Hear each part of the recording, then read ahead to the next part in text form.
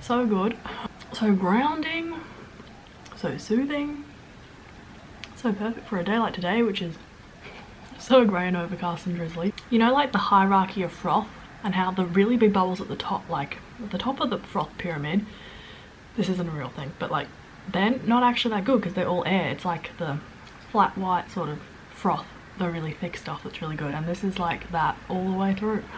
It's so earthy but so sweet. It's like a cinnamon scroll with a hot chocolate with a pecan sticky bun rolled into one. Oh. Hello Honeybunches. I hope you're doing okay when you watch this. Today is an exciting one in that I'm finally going to collect this experimental cookbook I've written called Cinnamon Toast. The recipe for this pecan cinnamon latte is in it. And many thanks to Em from This Awesome Vegan Life. Her cookbook Nourishing Superfoods introduced me to the concept of a pecan latte, and I've zhuzhed it from there and it's beautiful. Printing this cookbook got pushed back for a number of reasons. One, I've sort of rejected the sort of self-imposed urgency surrounding finishing things. I'm someone who appreciates quality, but I don't have my mum's like perfectionism times 1000%. I really value finishing things as well, but I recognise that when it comes to like self-publishing things, that can sometimes be to the detriment of making it be something I'm really proud of and fully conceptualising it, shall we say. So I had more people proofread it because this has something new in it, which I want to be more of a thing that I do, which is food writing. Between getting other people to read it and polishing it, then having a 2-week lockdown thrown in there, also 2 weeks of a really bad cold, and also I've changed printers, which has been game changing because having printers which really work for you and really want to make what you have to print or conceptualize, you know, as best as it can be and be super friendly and communicative is huge. And the level of care that they take at their end, I think, sort of trickled back to me and like made me want to really step up. So while I was meaning to publish this at the start of June, we're here at the end of June and that's okay. I guess I have a little bit of experience in like finishing things off my own bat, and I know some people really struggle with procrastination and like conceptualizing personal projects, and this one tested me a bit more because with past cookbooks I've literally made them in like 6 weeks and had to have them ready to let people to buy them in time for Christmas. That's sort of been my like strict self-imposed deadline, and the sort of end of year buzz has really helped me achieve that. And I'd also fit it in between like the end of the uni year and yeah, the holidays, so doing it at like the start of winter without that deadline was a bit different, and I did have a few moments going, is this gonna actually ever be finished? But I really just told myself, and I often tell myself this, that chill, like it'll come together. Usually it's my anxiety bubbling away that's giving me those annoying taps on the back like, is this all gonna come together?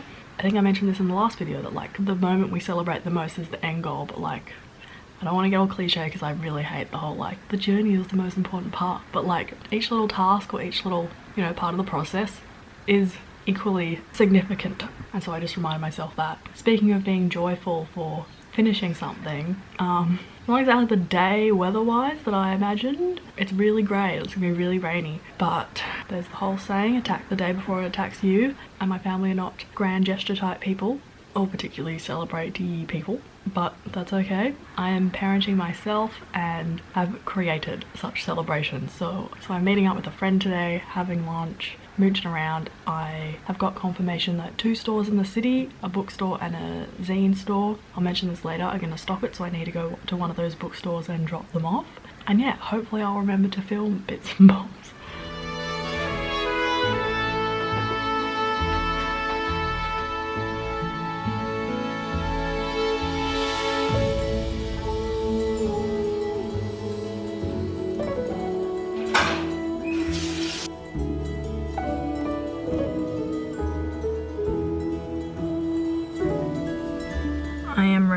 I am just putting in the addressee, and the book that I'm listening to, oh, 43 minutes, yay, is one that Gemma Walsh recommended recently. Hey Gemma. Sorrow and Bliss, and the audiobook is stellar. He was on his work trip. He'd spirited us all out again, and when I came back to Melbourne, my access for help in wedding ring, I felt like he had to be such a good boy with it.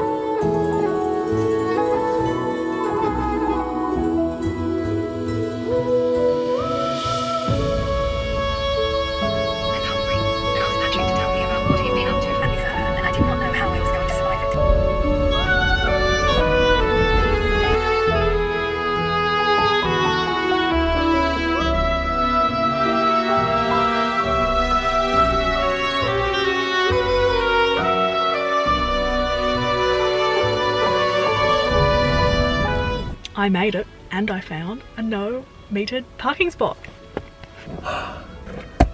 She's heavy. It's like a 3-minute walk. I'm really glad I had the mask to like disguise how difficult that was. And you just tape this up, but I kind of need to get them down. Look at them. It's like a actual little book.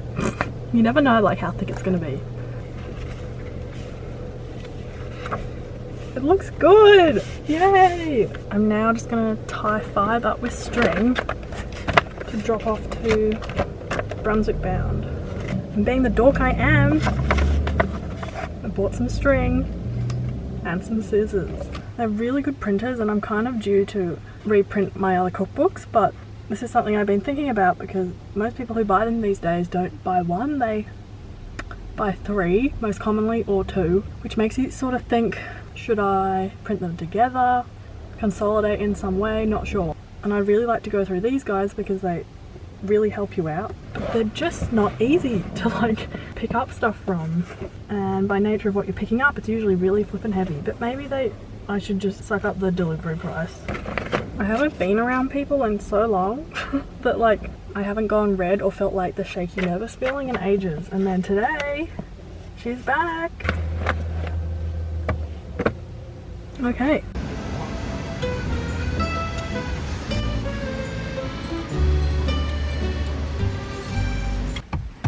Hey you, it's 2:35. Did I remember to film much? No! I just had a delicious lunch with my friend at Tahina, which do falafels. I have a fab doggy bag of leftovers, metaphorically speaking. And then I went to Terra Madre because it's right there, and why wouldn't you? They're an extremely comprehensive health food store with my 2 massive boxes. I shall now drive home.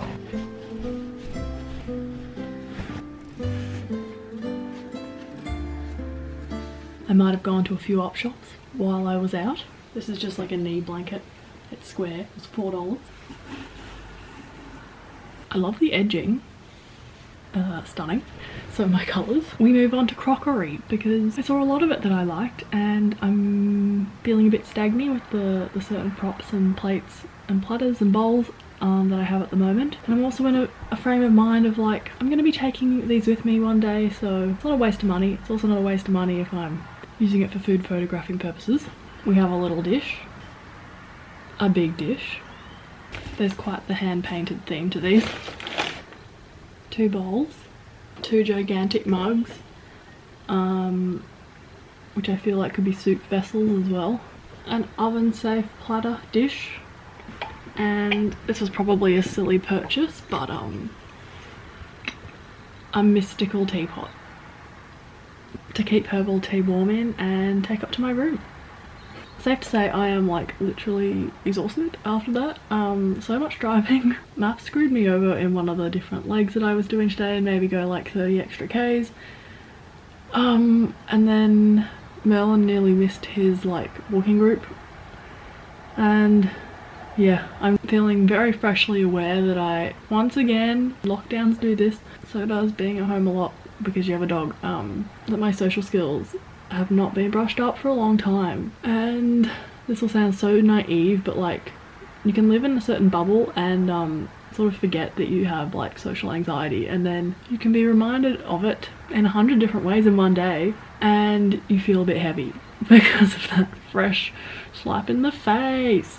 But it's okay, I was doing some firsts today and you know, they can be gnarly, so it's up from here. I'm just gonna chill out a bit with a tea and write my Friday newsletter. Very happy with the book though. Probably mentioned that already.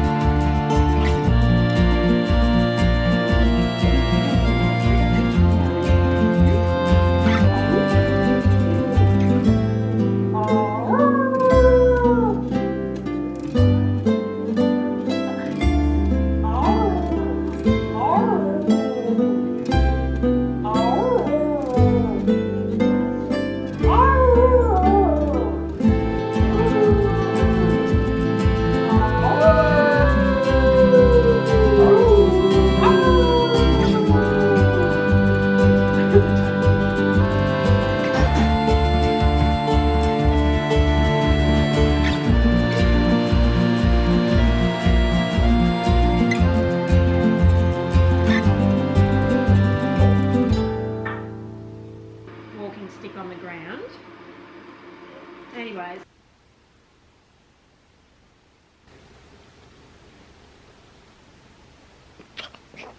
Morning, it is nearly 10:30. I'm going to have coffee with a friend mentor type person. And this afternoon I'm doing all the cinnamon toast, like photographing, making the Etsy listing, making an Instagram post reel, all that stuff so people know it's a thing. I had a great sleep last night, slept in, don't know if I mentioned, but I might have bought a weighted blanket that was 40% off, and after the initial shock of like, wow, this is heavy, it's just bliss.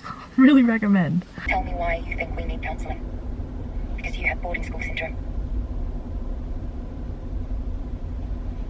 He left the house and I went into the bathroom to find the tranquilizers I'd been given by the after-hours doctor. You? Melon. She said yes. Me? Not probably though. No, not probably.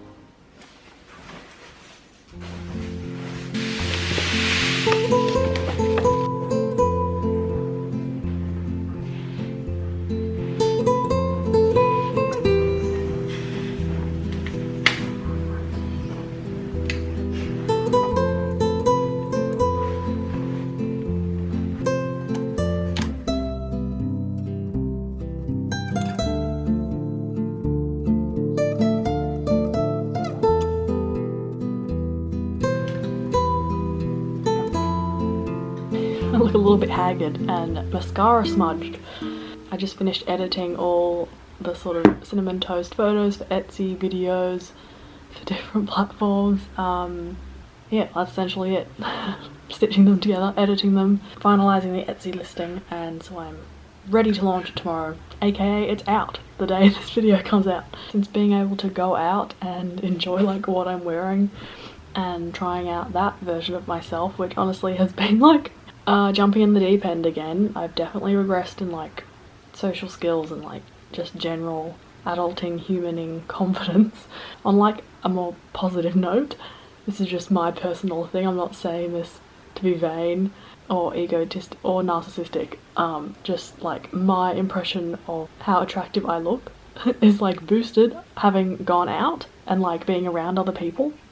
I think it's just moving your face and smiling a bit more and being around people which make you feel good in your own skin. Makes you be like a brighter version of yourself in your skin. I think we're doing like freezer food for dinner because we're all a bit haggard. Hey girl, did you enjoy your walk? Did you enjoy your walk?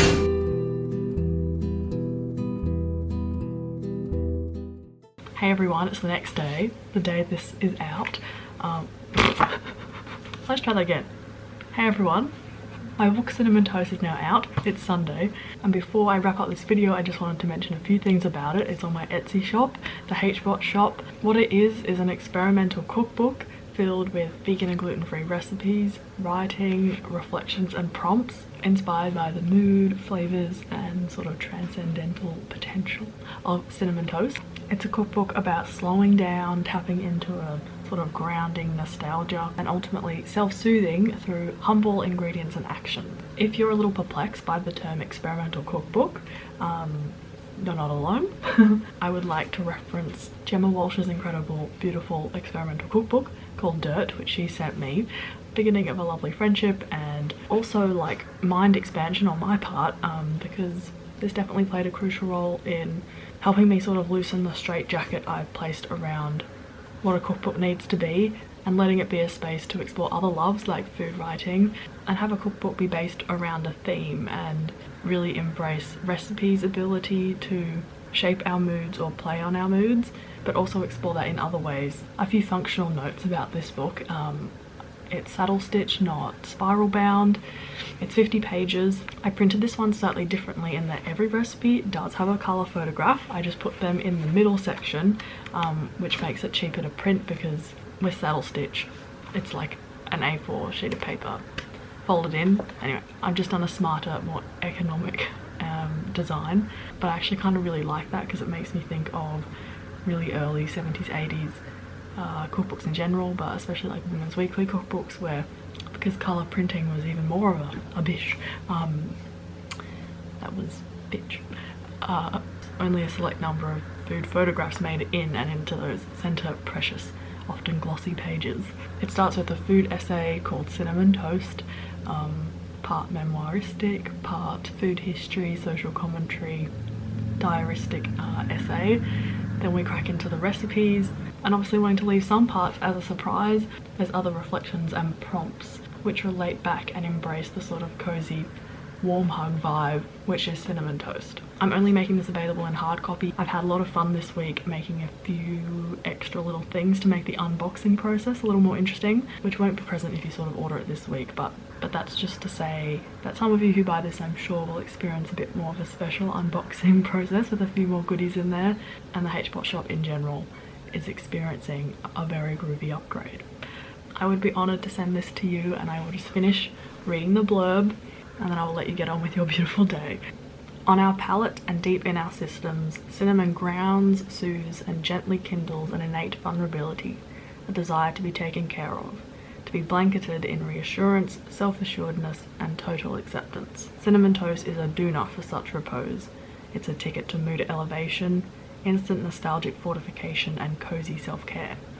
Part medicinal and part pure pleasure, cinnamon toast encapsulates the infinite service of food, the physical experience, as well as transcendental potential.